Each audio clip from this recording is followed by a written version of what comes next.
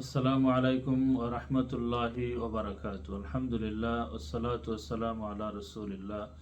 সম্মানিত দর্শক শ্রোতা, ওয়ার্ল্ডের যে যেখান থেকে আমাকে দেখছেন সবাইকে আন্তরিক প্রীতি এবং শুভেচ্ছা জানাচ্ছি। সম্মানিত সুধী, আপনারা জানেন বছর ঘুরে আবারও সেই মহিমান্বিত মাস, অত্যন্ত মর্যাদার মাস, পিয়ারা নবী নবী মুহাম্মদুর রাসূলুল্লাহ সাল্লাল্লাহু আলাইহি ওয়াসাল্লামের জন্মের মাস মাহে রবিউল আউয়াল আবারও আমাদের কাছে উপস্থিত হয়েছে। এই মহিমান্বিত মাসে আমাদের পিয়ারা নবী নবী মুহাম্মদুর রাসূলুল্লাহ সাল্লাল্লাহু আলাইহি ওয়াসাল্লাম এই পৃথিবীতে তশরিফ এনেছিলেন। আপনারা জানেন যে এই মাসের আমলিয়তের কথা লিখতে গিয়ে এই ভারত উপমহাদেশের একজন প্রসিদ্ধ আলিম, দেওবন্দ মাদ্রাসার ফিকহ বিভাগের প্রধান যিনি ছিলেন, এবং তিনি একটি কিতাব লিখেছেন রুকনে দিন। এই কিতাবের মধ্যে এই মাসের আমলের কথা লিখেছেন। তিনি বলেছেন, যদি নবীজির কোনো আশিক উম্মত, সে পুরুষ হোক এবং মহিলা হোক, যদি ১০০,০০০ বার পাঠ করেন আসসালাতু ওয়াসসালামু আলাইকা ইয়া রাসূলুল্লাহ, আসসালাতু ওয়াসসালামু আলাইকা ইয়া রাসূলুল্লাহ, ওই ব্যক্তির সাথে স্বপ্নে ওই চাঁদের ভিতরে নবীজির মুলাকাত নসিব হয়ে যাবে।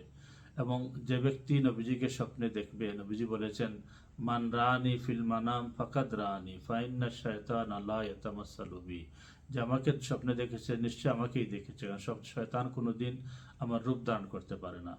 আর নবীজিকে যে স্বপ্নে দেখবে সে নিশ্চিত জান্নাতি। এই ব্যক্তির শরীরের একটা পশমও দুজখের আগুন কালকে আমাদের ময়দানে জ্বালাতে পারবে না।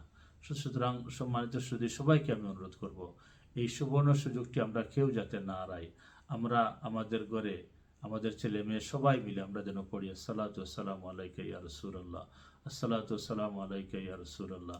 আর মনে রাখবেন, যে ঘরে আপনি নবীজিকে স্বপ্নে দেখবেন, ওই ঘরে ওই রুমে আল্লাহর অসংখ্য গণিত রহমত বরকত নিয়ামত বর্ষিত হবে, এবং আপনি একজন মানুষ হয়ে যাবেন। কাল কিয়ামতের ময়দানে আপনি নবীজির সুপারিশ লাভ করবে, আপনি অনায়াসে আল্লাহর জান্নাতে প্রবেশ করবেন।